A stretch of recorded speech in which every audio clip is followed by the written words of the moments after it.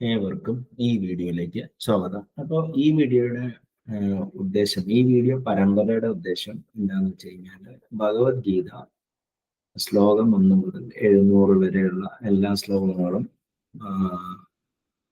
Chapter by chapter ആയിട്ട് പാരായണം ചെയ്യുക എന്നുള്ളതാണ്. അപ്പൊ ഞാൻ ഇത് റെഫറൻസ് ആയിട്ട് ഉപയോഗിക്കുന്നത് ഇസ്കോണിന്റെ ഭഗവത്ഗീതയാണ്. Bhagavadgita as it is published in 1972 ആണ്. അപ്പോ AC ഭക്തി വേദാന്ത പ്രഭു അല്ലെങ്കിൽ എന്താ പറയാ ശ്രീ പ്രഭുപാദ് ലീല എന്നാണ് അദ്ദേഹത്തെ വിളിക്കുന്നത്. ഇസ്കോണിന്റെ ഫൗണ്ടറാണ്. അദ്ദേഹത്തിന്റെ ഭഗവത്ഗീതയാണ് ഞാൻ ആധാരമായിട്ട് ഉപയോഗിച്ചിരിക്കുന്നത്. വേറെയും ഭഗവത്ഗീതകള് സ്വാമി രാമയുടെ ഭഗവത്ഗീതയുണ്ട്, ചിന്മയാനന്ദ സ്വാമികളുടെ ഉണ്ട്. പക്ഷെ ഞാനിത് തിരഞ്ഞെടുക്കുന്നത് ഇതാണ് ഏറ്റവും പോപ്പുലർലി അവൈലബിൾ ആയിട്ടുള്ളത്. പക്ഷെ എൻ്റെ ഒരു കാര്യം ഞാൻ തുടർന്ന് പറയട്ടെ. ഞാനൊരു വേദാന്ത സ്കോളറൊക്കെയാണ്, പക്ഷെ എങ്കിലും ഒരു സംസ്കൃത പണ്ഡിതനൊന്നുമല്ല. അപ്പോ ഞാൻ മണിപ്രവാള മലയാളത്തെ കുറിച്ചിട്ട് എനിക്കൊരു ചെറിയൊരു ധാരണയുണ്ട്. So I be using that to explain ഈ ഭഗവത്ഗീതയ്ക്ക് അനുഷ്ഠിപ്പ് എന്ന് പറഞ്ഞൊരു വൃത്തമൊക്കെ ഉണ്ട്. അപ്പോ നമ്മളിപ്പോ എന്താ പറയാ, ഈ whenever we discuss about Bhagavad Gita, നമ്മൾ ആദ്യം അതിൻ്റെ ഒരു ആമുഖമുണ്ട്. അതായത് ഗീതാ മഹാത്മ്യമുണ്ട്. പിന്നെ അങ്ങനെ 700 ശ്ലോകങ്ങൾ 18 ചാപ്റ്റർ ആയിട്ടാണ് അത് ഓർഗനൈസ് ചെയ്തേക്കുന്നത്. Chapter number 1 setting the context ആണ്. ചാപ്റ്റർ നമ്പർ 2 ഒരു 76 ശ്ലോകമോ 78 ശ്ലോകമോ കണ്ടുള്ള ഒരു ഇതാണ്. ഇപ്പോ എന്താ പറയാ, ഇപ്പോ ഒരു ചാപ്റ്ററാണ്. അപ്പൊ ആ ചാപ്റ്ററിന്റെ ഉള്ളിൽ ഗീതയുടെ ഡൈജസ്റ്റ് ഉണ്ടെന്നാണ് പൊതുവെ പറയപ്പെടുന്നത്. അതേമാതിരി തന്നെ ഫൈനൽ ചാപ്റ്ററും അതേമാതിരി തന്നെയാണ്. അതായത് ഈ ഗീതയുടെ രത്ന ചുരുക്കം അതിലുണ്ടെന്നാണ് പറയപ്പെടുന്നത്. അപ്പൊ ആദ്യത്തെ 6 ചാപ്റ്റർ കർമ്മയോഗത്തെയും 7 മുതൽ 12 ഭക്തിയോഗത്തെയും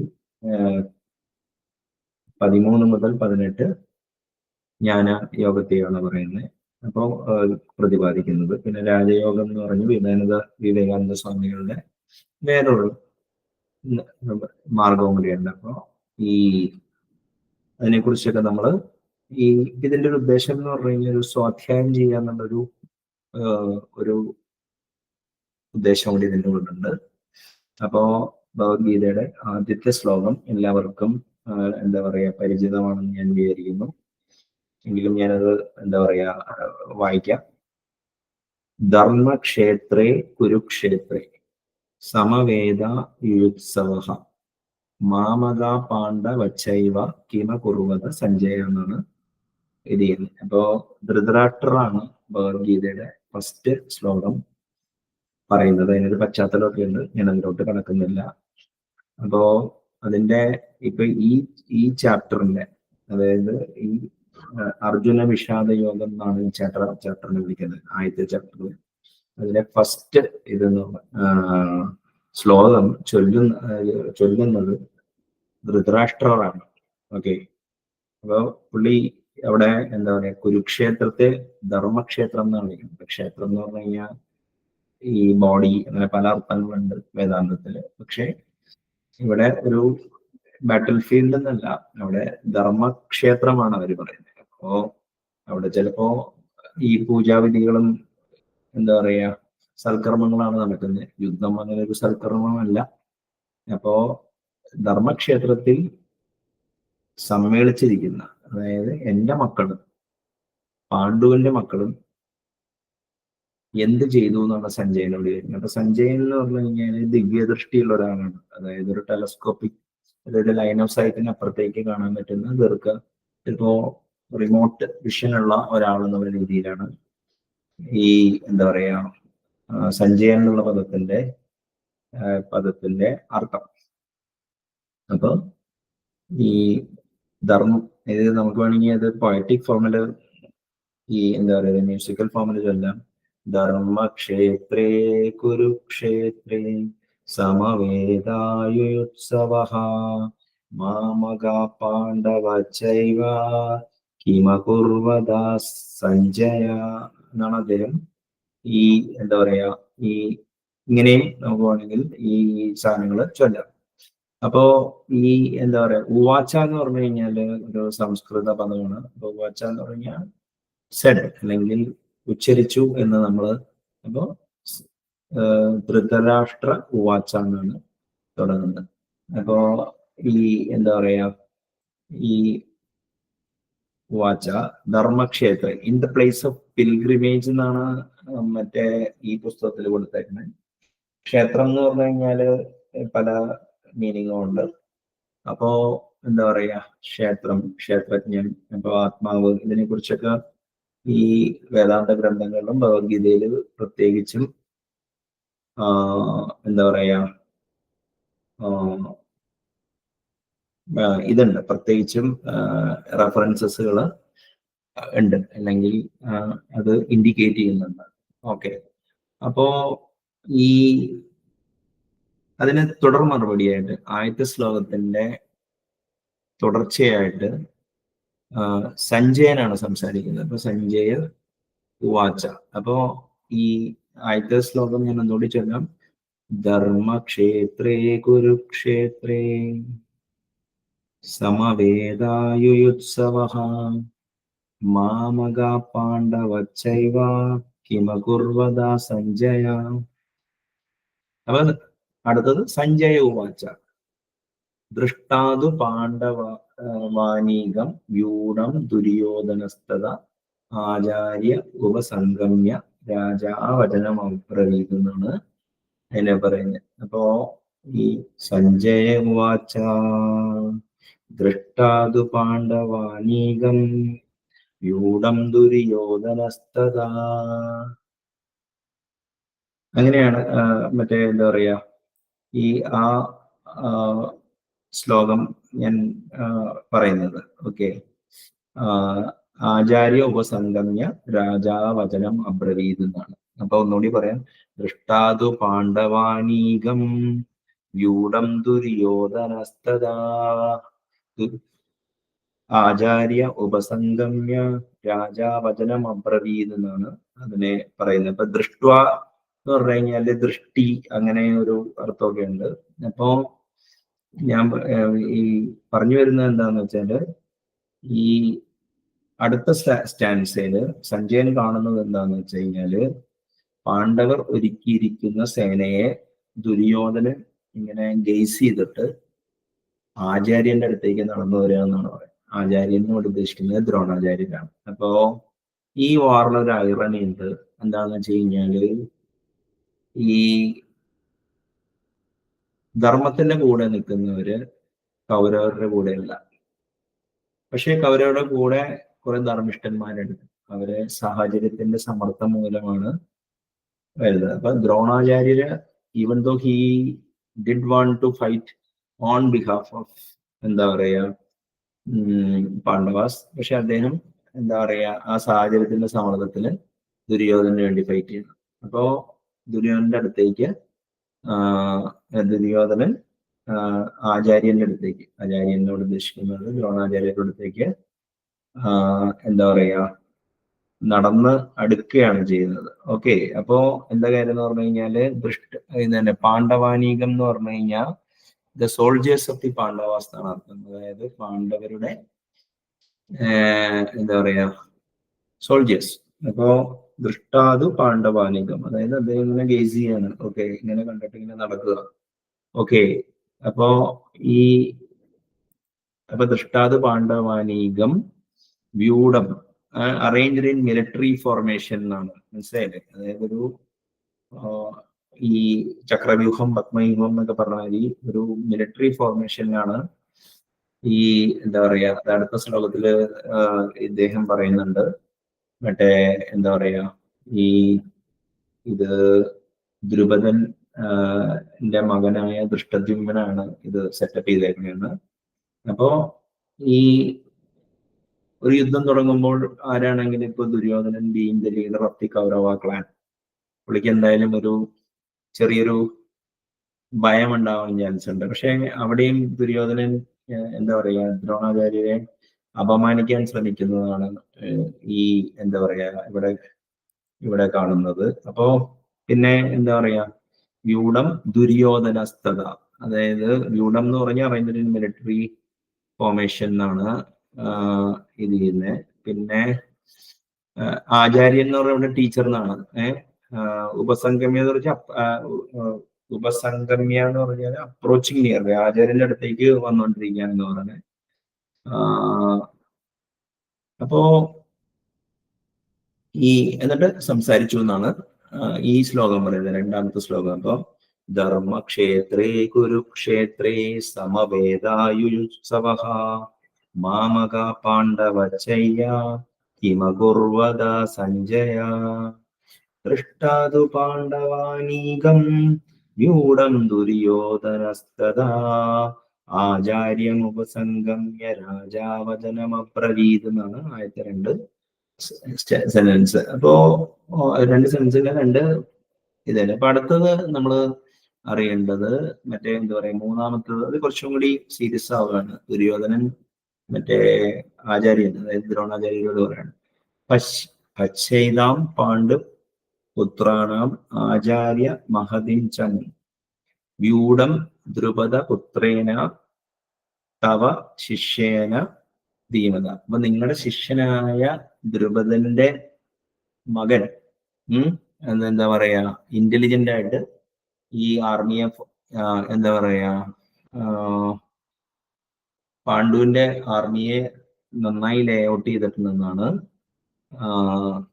ഇത് ചെയ്യുന്നത്. അപ്പൊ ദ്രുപദന്റെ മകന്റെ പേര് ദൃഷ്ടദ്യുമ്നൻ എന്നാണ്. ഓക്കെ.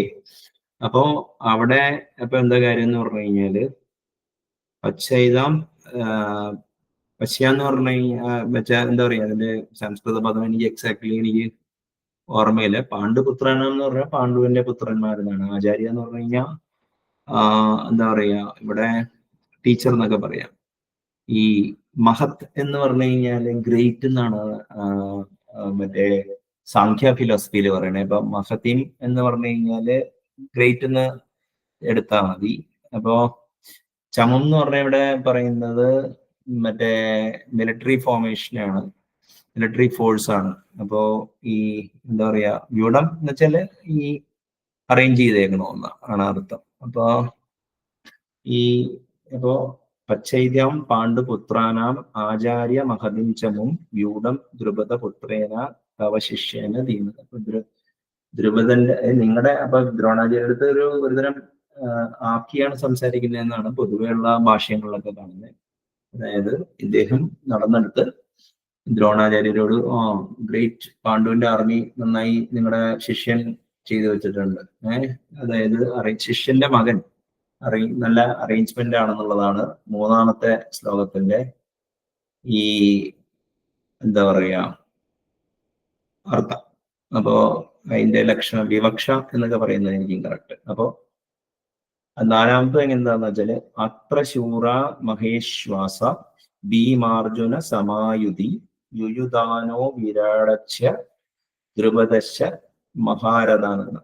അപ്പോ എന്താ പറയാ, ഭീമനും അർജുനനും അല്ലാതെ തന്നെ അതായത് വേറെ യോദ്ധാക്കളും അവിടെ എന്താ പറയാ, ഈ യുയുധാന, വിരാട, പിന്നെ ദ്രുപദൻ, അങ്ങനെ പല മഹാരഥന്മാരും അവിടെ ഫൈറ്റ് ചെയ്യാൻ വന്നിട്ടുണ്ട് പറയുന്നത്. അപ്പോ ആദ്യത്തേല് ധൃതരാഷ്ട്രർ മറ്റേ എന്താ പറയാ, അദ്ദേഹത്തെ, അതായത് സഞ്ജയനോട് ചോദിക്കുകയാണ്, ഓക്കെ, ഈ ധർമ്മക്ഷേത്രമായ കുരുക്ഷേത്രത്തിൽ, അതായത് പിൽഗ്രിമേജോ അല്ലെങ്കിൽ സത്കർമ്മങ്ങൾ നടക്കുന്ന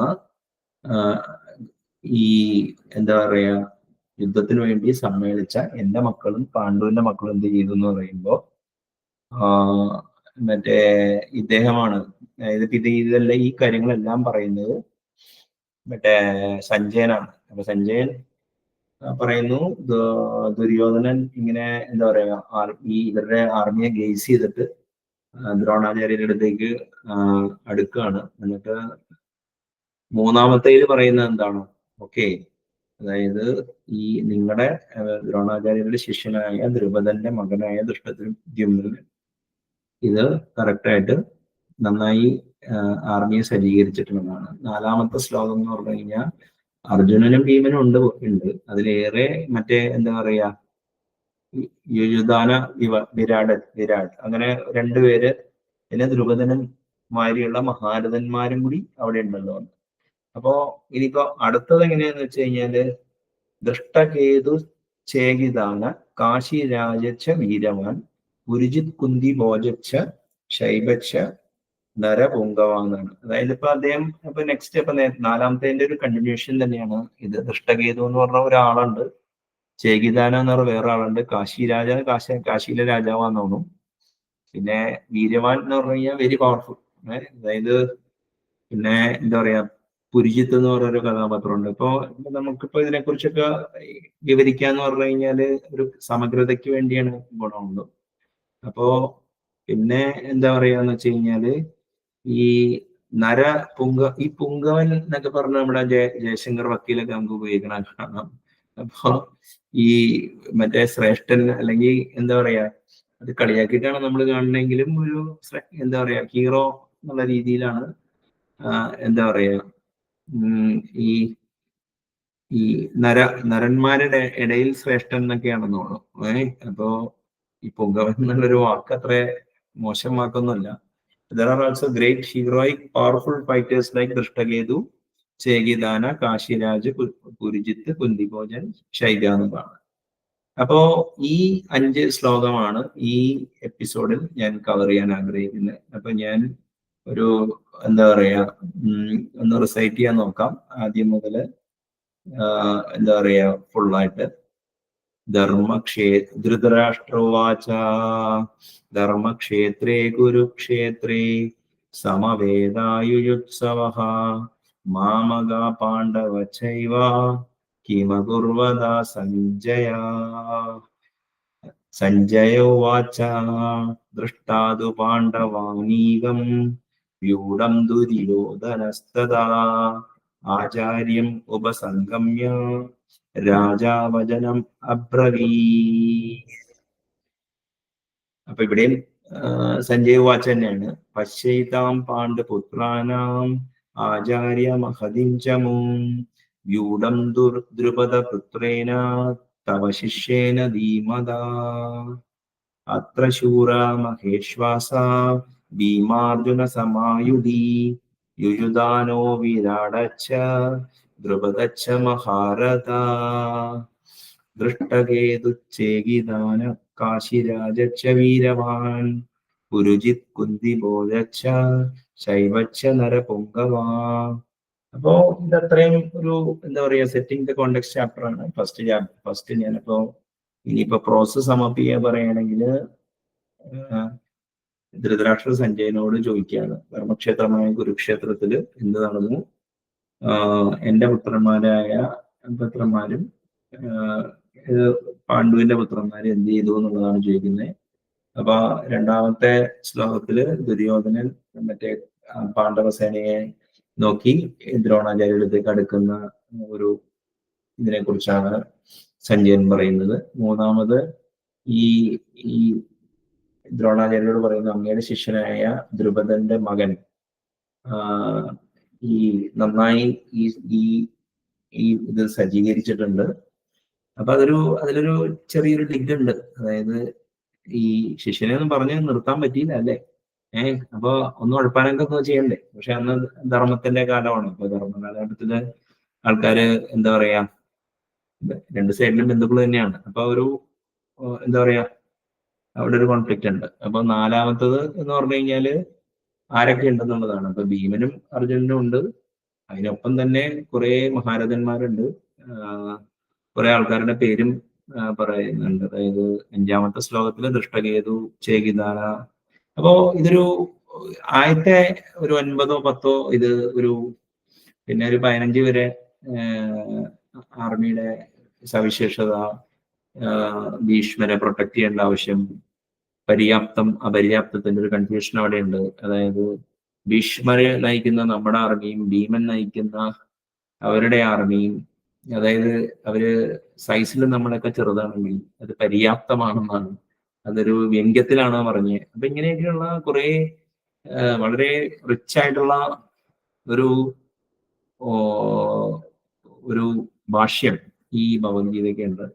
അപ്പോ അതിനെക്കുറിച്ചൊക്കെ നമ്മൾ വരും ഇതിലൊക്കെ ഇത് ചെയ്യുന്നു. അപ്പൊ ഇതൊരു ജസ്റ്റ് ഒരു സെറ്റിംഗ് ദ കോണ്ടെക്സ്റ്റ് എന്നുള്ള ലെവലിലാണ് ഈ 5 ശ്ലോകത്തെ കുറിച്ചിട്ടുള്ള ഒരു ചെറിയ അറിവ് ഇതിലൂടെ നിങ്ങൾക്ക് കിട്ടുമെന്ന് ഞാൻ പ്രതീക്ഷിക്കുന്നു. അപ്പോ 5 or 10 ശ്ലോകം, 5 700 തുടങ്ങുന്ന 140 എപ്പിസോഡ് ഉണ്ട് over A period of couple of years. I hope I'll be able to cover all of these things. അപ്പോൾ അടുത്ത എപ്പിസോഡ് വരെ കാത്തിരിക്കുക. എന്തെങ്കിലും കമന്റ് ഉണ്ടെങ്കിൽ ഇവിടെ നൽകാം. നന്ദി, നമസ്കാരം.